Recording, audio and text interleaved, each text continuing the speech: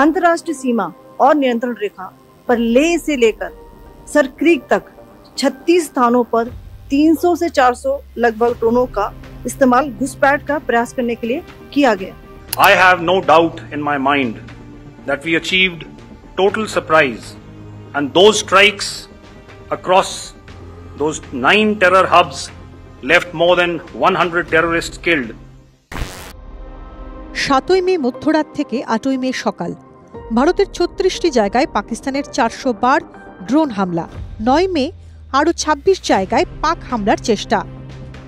10ই মে দুই দেশের সংঘর্ষ বিরতি। প্রতিটি হামলার যোগ্য জবাব দিয়েছে ভারত। মাঝ আকাশে পাকিস্তানের ড্রোন হামলাকে আটকে দিয়েছে ভারতের এয়ার ডিফেন্স সিস্টেম বা আকাশ প্রতিরক্ষা ব্যবস্থা। পাকিস্তানের মিসাইল কেন ভারতের কোনো ক্ষতি করতে পারেনি? কোন শক্তিতে পাক হামলা আটকেছে ভারত? আমার এই ড্রেসগুলো চাই, ডিসকাউন্টও দিচ্ছে। এই গরমে সারাটা দিন যদি ফ্যান চলে, যা ডিসকাউন্ট পাবে সবই ইলেকট্রিক বিলের পেটে যাবে। তাহলে ফ্যান বদলে দাও। স্টাইলিশ তো বটেই, তার উপর ইলেকট্রিক বিলও বাঁচিয়ে দেয়।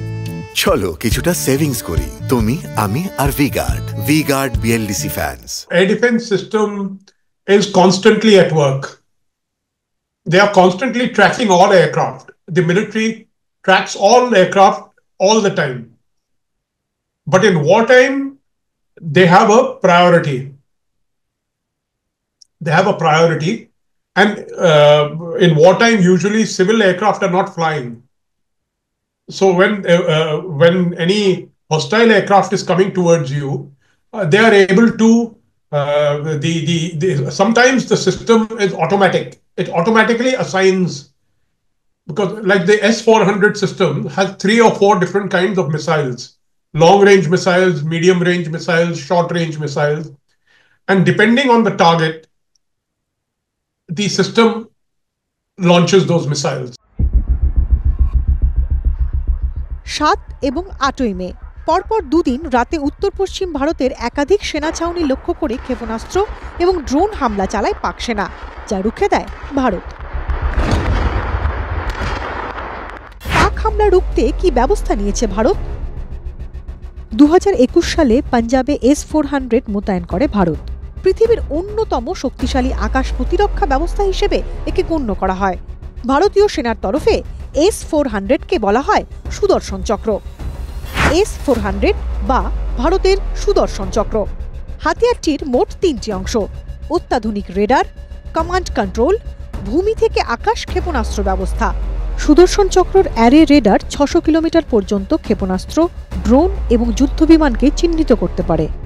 S-400-এর ক্ষেপণাস্ত্রগুলির পাল্লা সর্বোচ্চ 400 কিলোমিটার। মোট লঞ্চারের সংখ্যা 72। একসঙ্গে 384টি ক্ষেপণাস্ত্র ছোঁড়া যায়। 20 থেকে 30 কিলোমিটার উচ্চতায় উড়ে গিয়ে শত্রুর ড্রোন, ক্ষেপণাস্ত্র এবং যুদ্ধবিমানকে ধ্বংস করার ক্ষমতা রয়েছে। ড্রোন থেকে শুরু করে ক্ষেপণাস্ত্র, মাঝ আকাশে পাকিস্তানের একের পর এক হামলা রুখে দেয় ভারতের আকাশ প্রতিরক্ষা ব্যবস্থা। এই দুর্ভেদ্য বর্মের নাম S-400 ট্রায়াম্ফ বা ভারতের সুদর্শন চক্র।